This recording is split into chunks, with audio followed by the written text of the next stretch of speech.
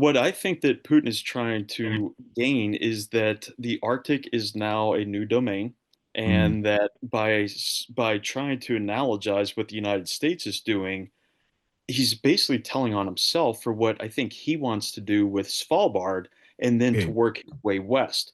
Which, if you really look at what the United States is doing, they're not actually trying to annex or invade or otherwise take over Greenland, right? We are supporting the independence process that they're having through the fair and open elections. That's a lot different than how Russia conducts their foreign invasions, right? So they Yeah. are substantially different. But by Putin trying to draw an analogy, I think he's trying to make the United States seem as if they're analogous to what Russia's doing. Whereas I think Russia's motives are a little more sinister. I mean, they actually had a parade in Svalbard, Mm. totally against the treaty, to start showing their own ambitions. Lawrence, I want to consider, I suppose, the attempt at justification for even the kind of suggestion of taking over Greenland and the visit of J.D. Vance yesterday. He said, our argument is very simple. It's not with the people of Greenland, it's with the leadership of Denmark, which is underinvested in Greenland and the security architecture. It really must change. Does the Trump administration have a point? Yes, I think they have a very strong point. I think it's a future-looking point. If you would step back from the criticism of Denmark and just look at what America's interest in having a strong cooperation and collaborative partnership with Denmark is, it's twofold. It is the security of the Arctic sea routes, that actually it's very important for the United States to be able to exercise, a defense boundary around the Western Hemisphere, including, Greenland would be an outer point of defense for the United States, as well as having a strong U.S. presence in Greenland would be a deterrent from probably Russian naval activity coming down. So I actually view it as a strong cooperation between the United States and Greenland would also be helpful for Norway, the United Kingdom, and the other European territories. So yes, I think he has a very strong point to a U.S. national security interest and also a European national security, continental national security arrangement. Okay, and I think we can see the logic in that, the security argument. I wonder then if you would concede that the way the administration is doing this feels slightly imperious. It feels like an attempt to take over. And actually, I wonder if it within that is an attempt to nudge the Prime Minister of Denmark into action. And indeed, Mette Frederiksen has conceded that they've not spent enough on Arctic security. So is this a classic Trump negotiation tactic? Callum, that's a very smart and astute point. Yes, if you Thank you. read The Art of the Deal, or if like I have actually worked with President Trump, he sets down markers that are at the furthest out point of the deal that can be achieved, and then works backwards. So right now he's setting out the strongest points that he has, which is the importance of the United States and Greenland having a relationship, the inaction of Denmark that has left something to be desired, and presenting a strong alternative to Greenland about working with us that will hopefully propel Denmark into action, where ideally what you see is everybody has a stronger relationship with an independent Greenland. So Mm. if you can take away the literal words that he's saying and understand the negotiation tactic behind it, what he has done is he basically has pressed the go button and gotten everyone to start moving into stronger positioning where we can now actually start fleshing out the deal. We see this, and I apologize for this answer going a little bit long, but you see it with the March 11th election. You see that 92% of Greenlanders voted for an independence party, and Mm. you're starting to see which parties want to move the fastest. Well, you're also seeing Denmark have to respond to the United States and Greenland's quest for independence.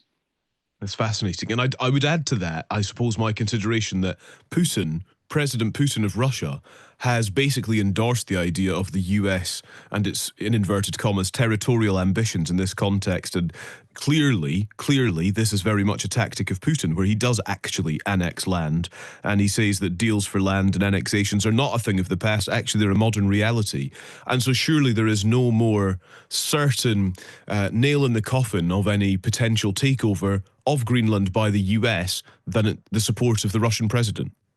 Well, yes, and what's very interesting about the point that you've made is that the most natural referral is that Russia has shown that they're willing to invade another country by actually invading Ukraine. But you're also looking at Svalbard, which is sort of a territorial area of Norway.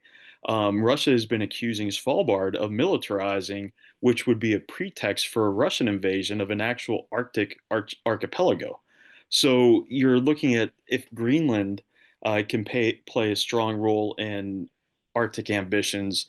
What Russia's already doing with Svalbard is sort of their tell that they also have ambitions to Arctic lands. Does that make sense? Yes, I think I'm with you. So, in terms of how this is then viewed and how this proceeds, what is Russia's? I'm trying to understand Russia's role, because what does Putin gain by saying what he said, for example? What I think that Putin is trying to gain is that the Arctic is now a new domain, Mm, and that by trying to analogize what the United States is doing, he's basically telling on himself for what I think he wants to do with Svalbard and then to okay. work his way west. Which, if you really look at what the United States is doing, they're not actually trying to annex or invade or otherwise take over Greenland, right?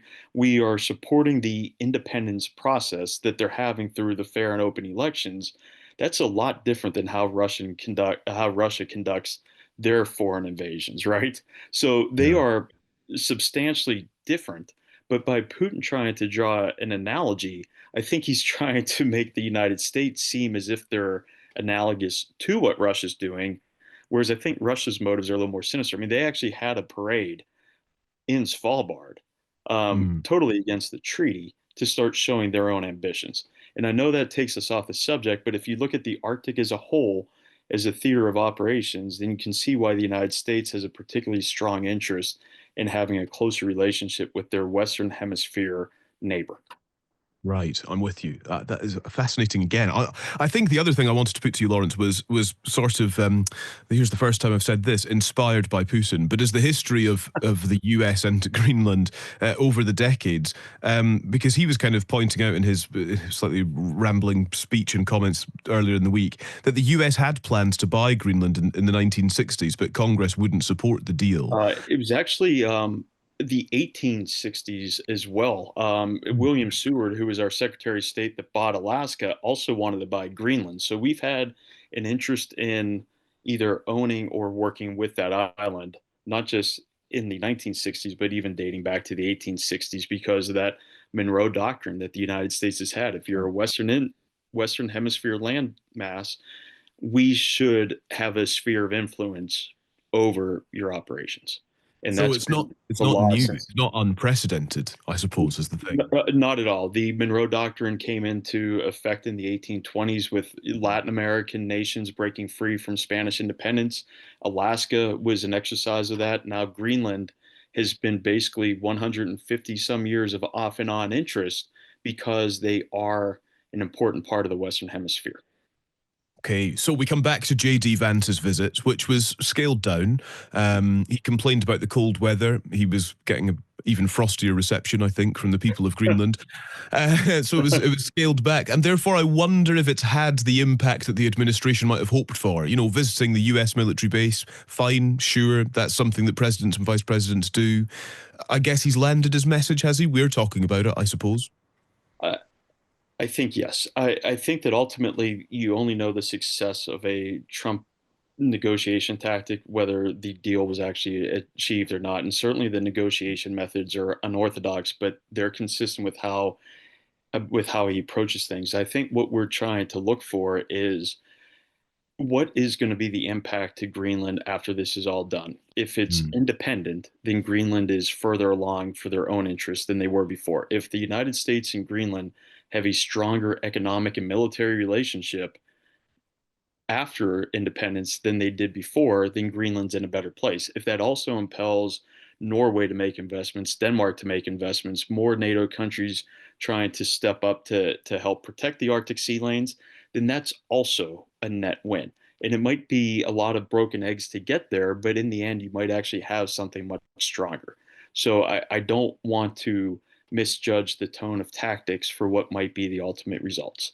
Um, I think that this was actually a pretty successful trip, and I'm not saying that to be a spin doctor, but ultimately, what we're looking at is Greenland is going to have to make informed decisions on whether they call this referendum or not, when they call it, and what it will look like on the other side of the referendum for Greenland if they make the choice. The more contacts that they have with the United States, Denmark, as you know, under Section 21 of the 2009 Act of Self-Government, has a responsibility to actually prepare Greenland for independence. And so the negotiation points and the foreign visits all help shape that eventual independence agreement if the Greenlandic people wind up choosing to declare their independence. Lawrence, you tell it so well. Thank you so, so much. That's brilliant. Really appreciate that. I appreciate that, Callum. Thank you for the questions. No, not at all. Thank you for the expertise and the insight. I could talk to you all day. That's great. I appreciate that. I'm happy to talk to you anytime that you would like about this. This will certainly be a top topic in geopolitics for a long time to come.